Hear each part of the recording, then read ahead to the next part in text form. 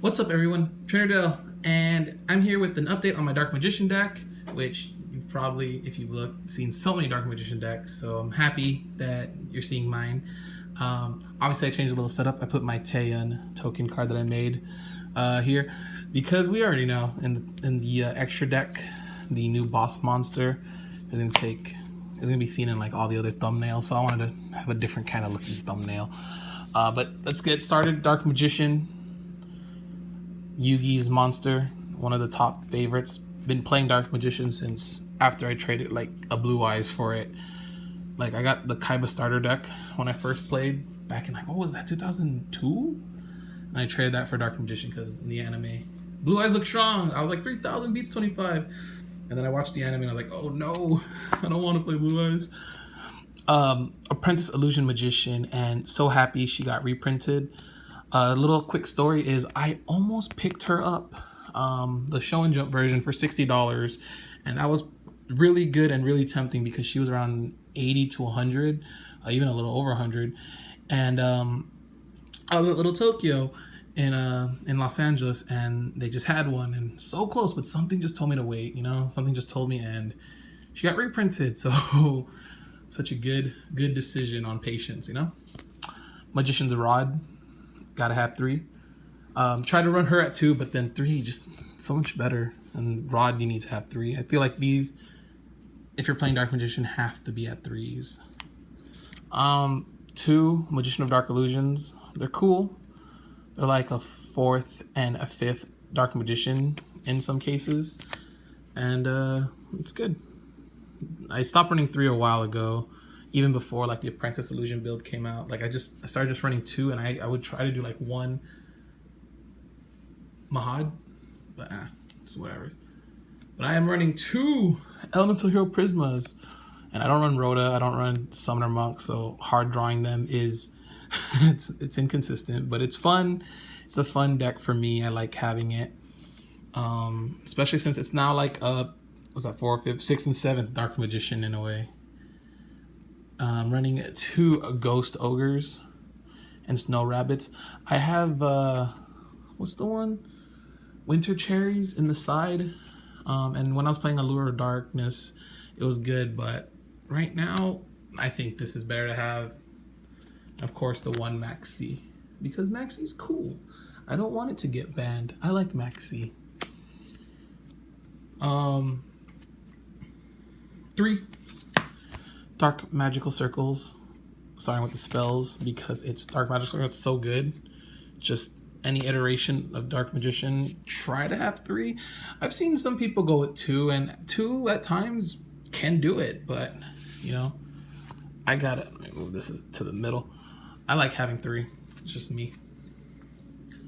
Dark Magic Attack. I was about to say Dark Magician Attack, but it is Dark Magician's Attack. Blow up the back row. I had this. I pulled this in a pack, and I was so sad because I was like, oh, I want my cards to be first edition. I realized this doesn't even come first edition. Dark Magic Attack. Illusion Magic, which obviously tribute a spellcaster. You can search 2 Dark Magicians from the deck and or graveyard. Dark Magic Inheritance, which is cool that they reprinted this in the new thing, the legendary decks, but I still got mine from the Yugi starter. That was like the best card for me. 2 Eye of Timaeus, because I've never really enjoyed ever playing 3, even like in that old Pendulum build I had. I think I just ran 2. Pretty sure I just ran 2. I've just never been like a type to like 3. It's dead a lot of the times, which is why I run the Prismas, because it's normal summonable. But yeah, if you can bring out the boss monster, just makes everything better. 2 Pot of Dualities to dig through the deck, and 2 Pot of Desires to dig even more. I was thinking like 3 Pot of Desires, and there's a car, super charge. It was like, don't do it. And so, no, just 2 and 2 for me. Then 1 Upstart. And if I could, I probably would change the ratios if I ever got Spellbook of Knowledge to play like Blue Boy, 2 Knowledge and 2 things. I don't know what I would change around, but you can decide. But that's what everyone runs, so I wanted to run something a little different. Dark Hole and Dark Magic Veil, because sometimes I want to bring back Apprentice Illusion Magician. after using her effect, so then I can use her effect again. It's cool. Triple Magician's Navigation, because it's Magician Navigation and it's good. Honestly, you could get away with 2. I ran 2 for the longest, and 3 at sometimes I don't like, but sometimes, I mean a lot of times, if you have Dark Magician on the field or something named Dark Magician, and you have a different, like another Magician Navigation that was already in the graveyard, negating some spell and trap cards just really work. Like, they help out so much. 3 Eternal Soul, which same thing, you can get away with 2.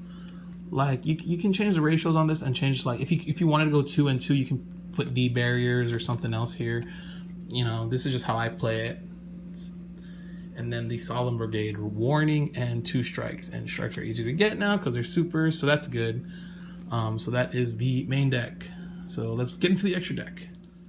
So here's my extra deck, and there's 13 cards in here. I had these 2 in there, which I forgot to take out. But I was playing Dark Magician Girl at one point, and this one was for Dante that I once had in there. And I forgot I took him out. So, yeah. Dark Magician, the Dragon Eye. All the decks right now that are playing Dark Magician are basically using it. So, it's really good, too, because he protects the back row. He becomes Dark Magician on the field and in the graveyard, which is great for cards like Eternal Soul and Dark Magic Circle. So, it's really good.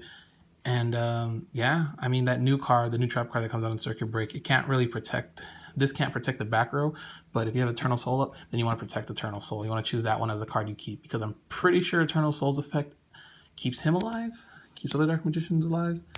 So I think that's what you should do. Amulet Dragon, and if not, let me know. Amulet Dragon, because I only play the one of him, which I don't even really get these guys out at all, so. Well, I do. I can get him out.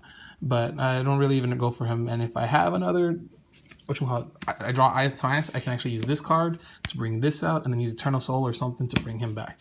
So that's cool. Dark Paladin, because Dark Paladin's cool. Playing Leo, because just 3100 gets over like a bunch of Blue Eyes cards. And yeah, it's really cool. You go into him with Reaper or Ghost Ogre, or even like Winter Cherries that I play, because they're tuners, they're level 3, so they can go into this. EBON Illusion, which is the card in the extra deck that I go into the most, actually. And I play 2 of them.